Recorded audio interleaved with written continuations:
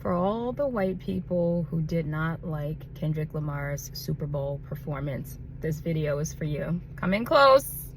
Come in close. Let's talk. Let's chat, okay? Because this is something that you're not going to hear on the internet. Watch this video all the way to the end and then take some time to reflect on why you feel the way that you feel and why you communicate in the way that you do.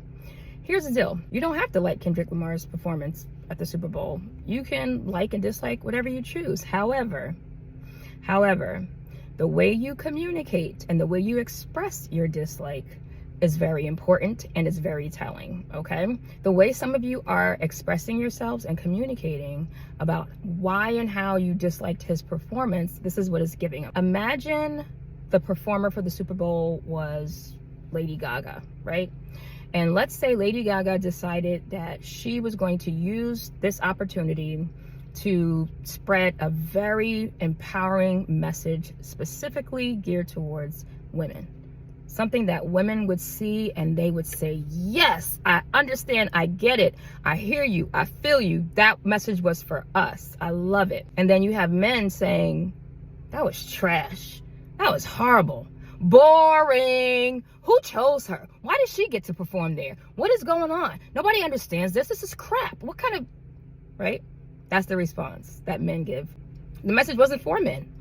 It wasn't for men. It was really for women to feel empowered. She chose to use that opportunity to express through her art an empowering message for women, and men are pissed off about it. They hate it. They think it's horrible. They think it's trash. They think that it was boring. Here's the problem with that, and here's what you need to know.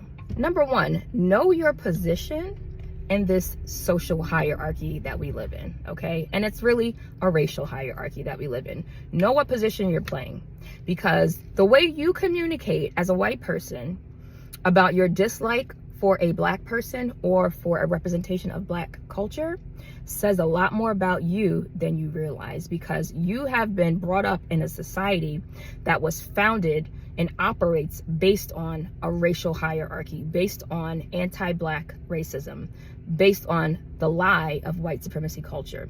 So your words and your thoughts are laced with that, whether you realize it or not. You don't have to agree, you don't have to like it, that's what it is. You've been breathing the air of anti-black racism since you were born, especially if you live in America, okay?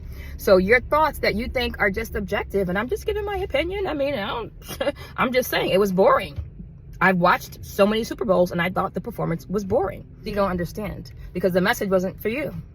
It wasn't for you. Instead of just saying, you know what, it wasn't really for me, but in order to get on the Super Bowl, you have to be at a certain level. And I've heard that he's won a Pulitzer Prize. So I'm going to assume that there were some messages in there that were just too deep for me and I didn't get it. So I'm not going to disrespect that.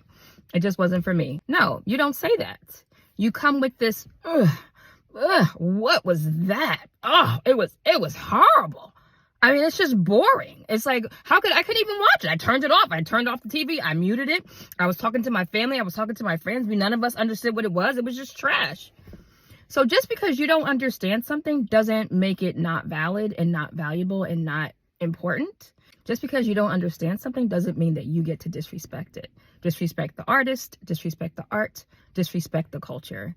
You don't, okay? This is why things like cultural competency trainings and anti-racism education and diversity, equity, and inclusion trainings are so important, because it allows you to learn skills, to gain knowledge, to gain understanding, to gain empathy, to gain critical thinking skills that you would not otherwise apply to your life, because you don't feel like you have to, because everything has always been centered around whiteness, white people's comfort, white people's preferences, white people's likes and dislikes, and what white people think is professional and acceptable, etc.